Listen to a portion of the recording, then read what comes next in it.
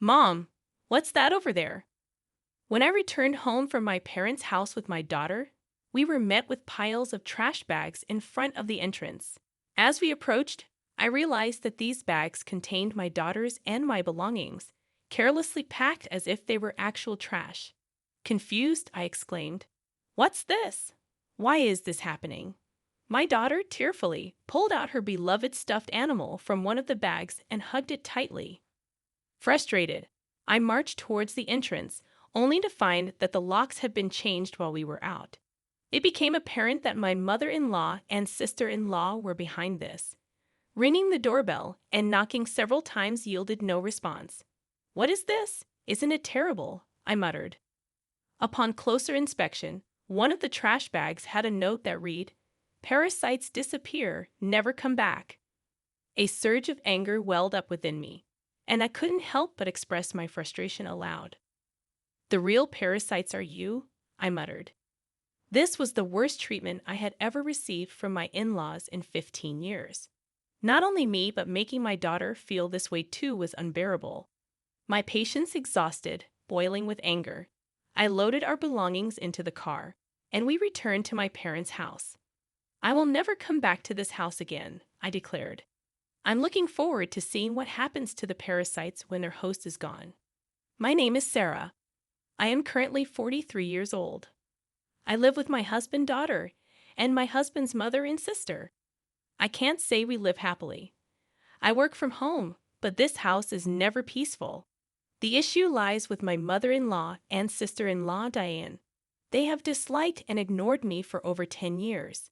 As my daughter, Tracy, grew up, it bothered me less and less. I mainly work as a personal consultant. I started as a fortune teller, but as my blog became popular, I began receiving more consultations on attracting customers, leading to my current job. I met my husband, Kent, through a friend's introduction when I was training to be a fortune teller. I work in sales at a pharmaceutical company, and I also do affiliate marketing as a side job, which is finally starting to take off. Kent gave me enthusiastic advice on attracting customers when I expressed my struggles with fortune telling. Attracted by his kindness, we started dating and got married a year later. At that time, our income wasn't great, but Kent always supported me. I'm so glad I married Kent. I truly felt this way. Living with my in-laws began about a year after I got married. It started when my father-in-law, who had been healthy until then, suddenly passed away. My mother-in-law felt insecure about the future and asked my husband to live with us. We agreed to live together in exchange for her taking care of the household chores. Initially, my mother-in-law welcomed our living together and was happy. I hoped we would get along well, but I was mistaken. 2 months later, she began completely ignoring me, perhaps dissatisfied with me not helping with the housework. Soon, my sister-in-law, Diane, also started ignoring me. I didn't mind being ignored, but the challenging aspect with my mother-in-law was her tendency to involve others. Not only did Diane, my sister-in-law, hear about it, but even neighbors and relatives were informed that my daughter-in-law stays at home, but says she's working, leaving all the housework to me. If I say even a little, she talks back 100-fold, so I just ignore her. To make matters worse, my mother-in-law would suggest to others, "You better not talk to her too. It'll be troublesome." As a result, people around the in-laws' house began giving me only tepid responses to my greetings. I felt isolated, and it became very difficult. Despite my pleas to stop spreading strange rumors, my words were completely ignored. Although my mother-in-law's attitude softened slightly when my daughter Tracy was born 2 years after we started living together, her overall stance towards me hardly changed. However, she was very fond of Tracy, and having her help with household chores and childcare was a huge relief as my work became busier. Around the same time, my husband Kent's side business started to struggle, and he seemed unable to adapt to changes in the affiliate marketing market. He approached me saying, "Sarah, can you increase your contribution to the monthly expenses a bit?" I agreed, expressing that my consultations were increasing, and the new methods I implemented were working well. Despite my willingness to collaborate on ways to boost his sales, Kent insisted on handling it independently, saying, "I think I'll try it on my own. I'm really sorry."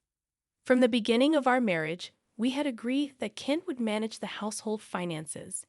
Initially, my income was low, so he allowed me to contribute more when my sales increased. I transferred money to Kent based on my monthly earnings, and he provided a fixed amount for living expenses in cash. Initially, I could only contribute $100, but now I could transfer up to $1,000, though not every month. I could contribute more if I dipped into savings. I knew Kent was struggling with his side business, but his pride prevented him from consulting me. He began spending more time at caves after work, returning home later and later. When Tracy was about 5, Diane got married and moved out. Since she lived nearby, she often brought her son Ricky to our house during the day. When Ricky turned 1, Diane expressed her intention to start a part-time job. My mother-in-law gladly offered to take care of him until the evening. Diane was appreciative, saying, "Thank you, I'm so happy." However, as my mother-in-law began caring for Ricky at home, she became very fond of her grandson and started being cold towards Tracy. When they fought, my mother-in-law would scold Tracy, comparing her unfavorably to Ricky. Over time, Tracy started playing near me and began to dislike my mother-in-law's behavior. I spoke up, saying, "Talk to your mother. Tracy and Ricky are both her grandchildren. She should treat them the same. Tracy is already a big sister in elementary school." However, my mother-in-law's focus shifted, and she approached me saying, "Things are tough at the company right now. We might not get bonuses, so could you contribute a bit more?" Despite the challenges, my blog's client attraction was successful, and I started receiving more consultations as a consultant, earning far more than I did as a fortune teller. When Kent requested additional financial support, I responded, "I'm already contributing $2,000 a month. Isn't that enough?" "Yeah, I'm embarrassed to say, but my salary has decreased and the side business isn't going well." "Don't be secretive. We're a couple. We should support each other in tough times." "I'm really ashamed." "Thank you." Later, the amount I contributed gradually increased, and eventually I was transferring $4,000 a month to Kent. Still not wanting to hurt his pride, I let Kent continue to manage the finances. When Tracy was in 6th grade, Diane came back home with Ricky. It seems Diane got divorced due to her infidelity, but I don't know the details. By this time, Tracy could help around the house, so household chores were divided among each family, being ignored by my mother-in-law, and Diane continued, but it no longer bothered me. It's unfortunate that I couldn't give Tracy her own room when she started middle school, as Diane's return meant we ran out of rooms. One night, while discussing which tutoring school Tracy should attend for middle school, Diane suddenly said, "Hey, tutoring is expensive. Why doesn't Tracy study by herself? Could you stop making such comments? I'm paying for the tutoring, so it's none of your business what Sarah's paying." "Impossible. You don't earn anything. Kent said he's supporting you. You're just a leech, aren't you? Ha ha, you married him because he has money, right?" "Exactly. Kent told me not to speak ill of Sarah, who can turn, but that's just shameless." My mind was filled with questions. What does this mean? What has Kent been telling his mother and the others? Kent is the one supporting this house financially. It's about time we put an end to the parasite's lifestyle. I feel bad for Tracy, but if we pay for her tutoring, we won't be able to pay my compensation. Not be able to pay? Are you saying our house is paying for your compensation, Diane? Kent said he would pay for it. You should spend your money on Ricky. I began to understand the deception and felt my anger rising. My husband had always managed our household finances, and my mother-in-law had taken care of the household chores and child care until Tracy grew up. So I thought they knew I was also contributing to the household expenses. Is Kent bearing all the expenses of this house, including your living expenses and the compensation Diane is supposed to pay? Be quiet. It's only natural for a family. You're the only outsider here, not related by blood, and yet you act as if living here is your right. It really makes me angry. I contribute money too. Don't talk back. What you contribute is barely enough for your own food expenses. You hardly have any income, and yet you're so arrogant. I could feel my body trembling with anger. I could see Tracy on the side, looking like she might cry. I knew Kent had a lot of pride, but I never thought it would be this bad. Certainly, in the beginning, Kent was paying for the living expenses and pocket money for my mother-in-law and Diane. But I had started contributing as well, and now we were living on my income. I needed to talk to Kent properly. Around midnight, Kent came home. He was drunk and seemed cheerful. Can we talk? I didn't know you weren't getting any money from your mother or Diane. They said you're covering all the expenses of this house. About that. My bad. It's a matter of pride as a man, you know. When we started living together, I was paying for everything. There wasn't a right moment to say you were also paying, and in front of the family, let me be the eldest son a little, please. Kent, with a light-hearted tone like in a comedy sketch, put his hands together. Oh, that's right. I'm going to come in this Saturday. I'll be gone for a week. Take care. Conan? Why? I got invited to a seminar in Conan by a friend I'm doing a side business with. I'm going to make it a success, so cheer for me, Sarah. Well, I'm off to sleep. See you tomorrow. My husband lay down on the mat in a cheerful mood and soon started snoring. My anger wouldn't subside, but recently, with Kent coming home late, we hadn't talked much, and I had no idea about this. I thought he was joking while drunk, but on the weekend, Kent really left with a large suitcase. During Kent's absence, I had the freedom to use the car, so I decided to take Tracy back to my parents' house. The next day, a shocking event awaited us. Mom, what is that?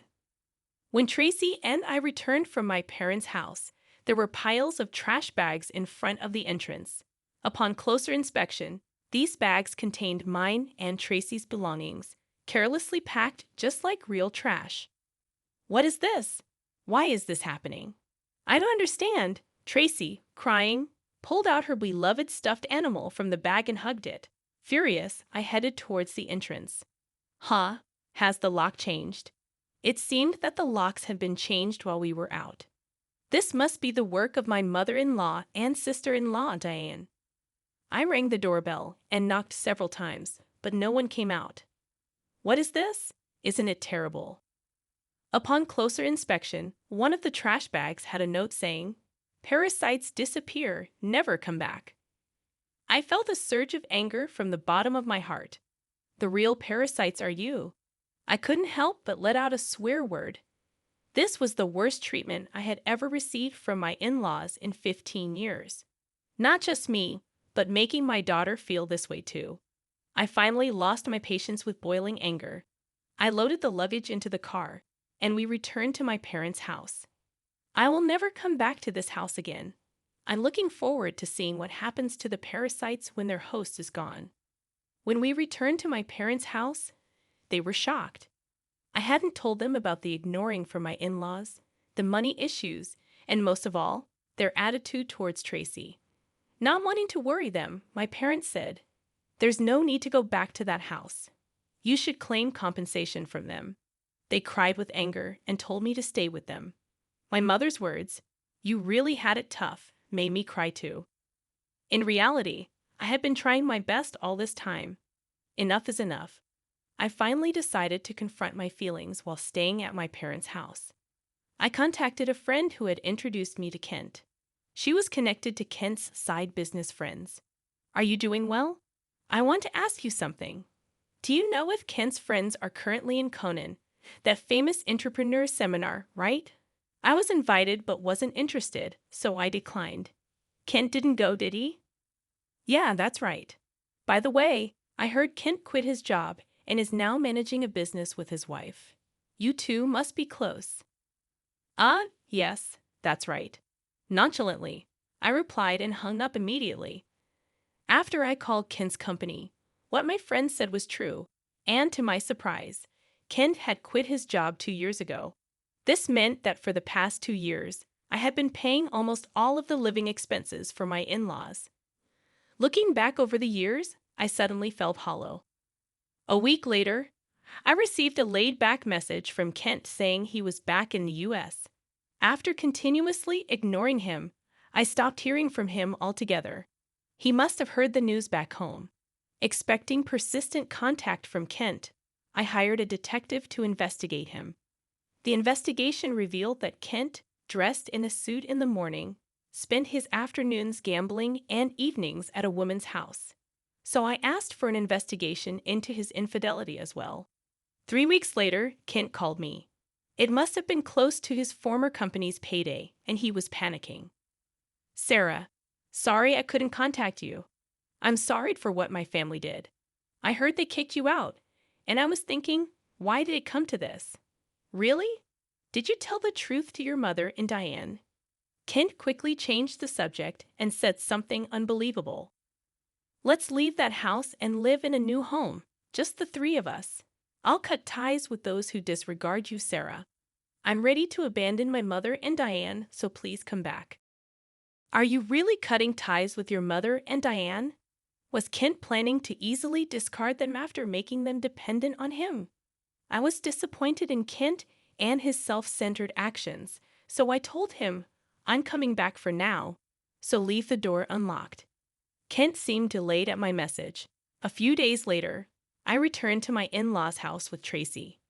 Kent, his mother, and Diane were there, but Ricky was nowhere to be seen. I was relieved that Ricky didn't have to witness the adults' ugly arguments.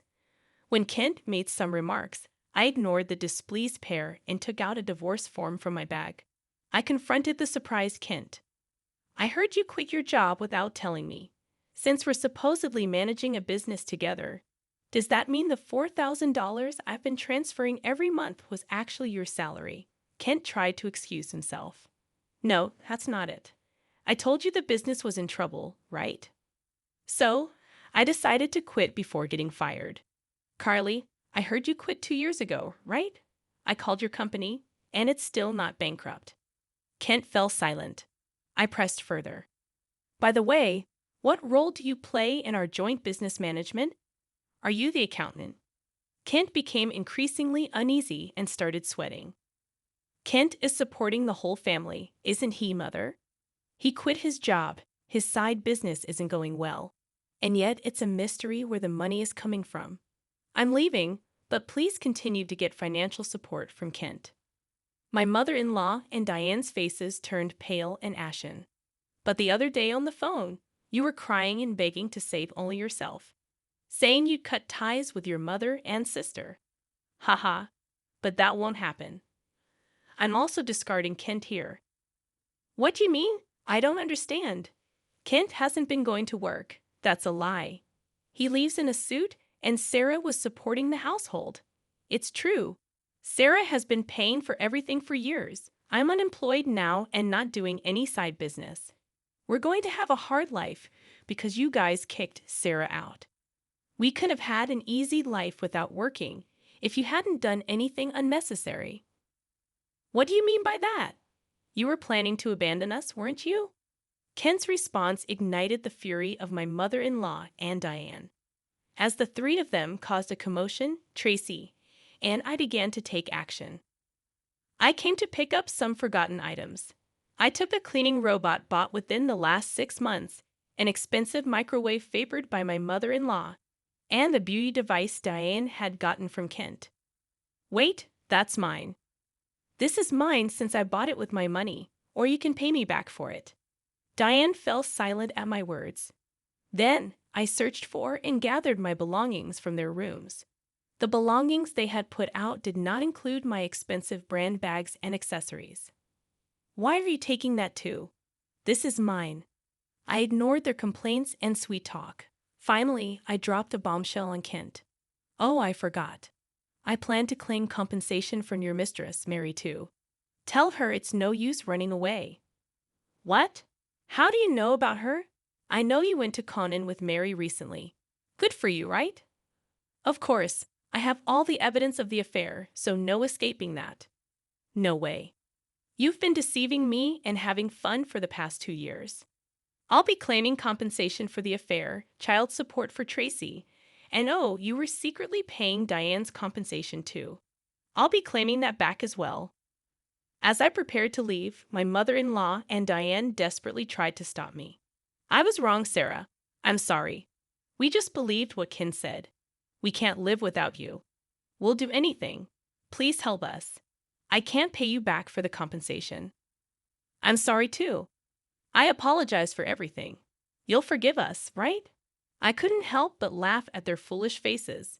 They finally realized who had been supporting their lifestyle, realizing too late that their non-blood related support was gone. Let's just ignore these people, Mom. Let's go home. Yes, that's right. Kent, you'll be hearing from the lawyer soon. Please take care of it. Leaving a dejected Kent behind, we returned home with the items we had collected. Later, my divorce with Kent was finalized, and I demanded compensation through a lawyer. I received numerous apologies and pleas for reconciliation from my mother-in-law and Diane, but I ignored them all. Surprisingly, there was still some inheritance left from Ken's father. The fact that they had been living off my money without using their own angered me again. However, the inheritance wasn't enough for the compensation, and ultimately, they had to sell the house to make a lump sum payment. Naturally, this included the compensation I had been paying for Diane. After selling the house, I don't know what became of Ken's family. I hope Ken can take care of his family, but ultimately, he will choose his path.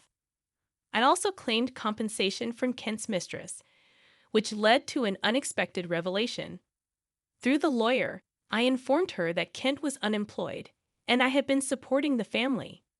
Kent had deceived her, claiming he was an entrepreneur with a successful business.